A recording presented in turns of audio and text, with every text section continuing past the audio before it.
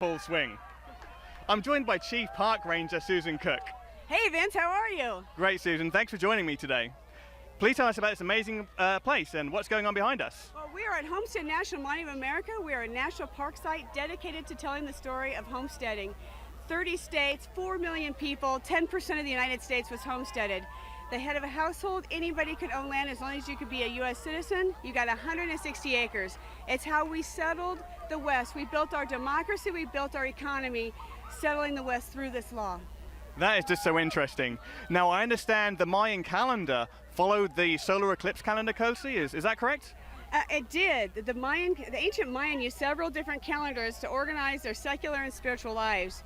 Many of these calendars had strong roots in the motions of celestial objects, especially the sun and the moon. And the Hab calendar is a solar calendar of 365 days, subdivided into 18 months of 20 days, plus 1 month of 5 days. Another calendar is a Zulcan, made of 260 days, subdivided into 13 months of 20 days. This calendar also has a resonance with eclipses, which occur about every 173 days. Every 3 sequences of eclipses aligns every 2 cycles of the Zulcan. Who could keep track of that, frankly? It's just amazing. Now, as a Chief Park Ranger, I have to congratulate you. This is a fantastic venue. Tell us about some of the activities you have planned. Well, actually, right now you can feel it getting darker, but we have stage performances going on. We have many NASA scientists. You can learn about planetary defense, how we defend our world. You have NASA scientists doing other things. We have Native Americans. We have a Mayan Calendar in the Sky program. We have folk music. We have all sorts of fiddle music. Lots going on. Lots of things, balloon launches. So there's things all around us. It's really exciting and a lot of fun. Got to say, the amount going on here, Susan, is incredible. Thank you so much. Thank you very much. Thanks for being here. Absolutely. And we're lucky enough to be joined by a real NASA scientist. Let me introduce you to Dr. Nikki Fox. Hi Vince, how are you today? Great, Nikki. Thanks for joining us. Nikki is a space weather expert and a mission project scientist on NASA's Parker Solar Probe program. Thanks so much for joining us, Nikki. Today is a great day for you. Tell us why.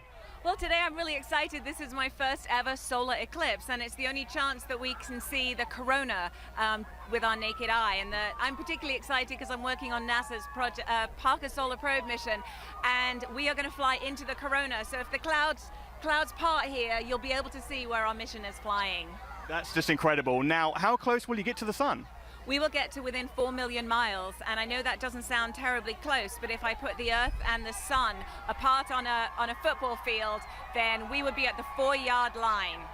That's just amazing. Now, for you watching at home, that's kind of like traveling from Washington, D.C. to Philadelphia in about 1 second. Just incredible speeds. Now, how can you be so close to the sun and not burn up? So we have a wonderful heat shield, but we also, the technology, it's been 60 years since this mission was first thought of, and it's only now that technology has caught up with our dreams. That's just amazing. Now, it looks like we're coming up to the moment of totality here on the prairie. What are some of the things we should be looking for?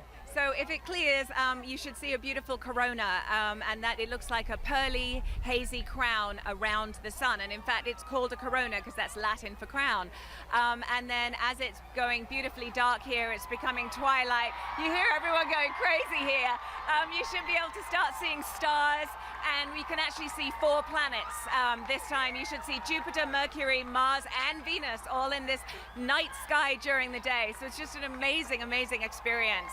And if you can't see the corona, I do have a map of it here. This is a 3D print that was done for me, and it looks exactly, it's a predict of what the corona looks like today. So if it's cloudy, here's your corona. Now, it looks like the moment of totality is upon us. Let's just let the guys at home have a few moments to take in the sights and sounds of the crowd as totality happens on the prairie. Oh, wow. And you can see the corona, and I may cry, but you can see the corona. So now you're seeing this wonderful hazy atmosphere. I don't need my glasses now, Vince, because we are in totality. Wow. And so this is the only time that it's safe to look. But right now you can see that hazy ring. That is the chromosphere. It is looking a little bit sort of reddish. And you just see there's those red wisps are little prominences that are coming away from the sun. Wow. Unfortunately, we can't quite see the stars yet because of the clouds. But my goodness, you can see the corona, and that is an absolutely incredible, incredible sight. Yeah, this is just magnificent. It really is. Everything's kind of, well, other than the people hooting and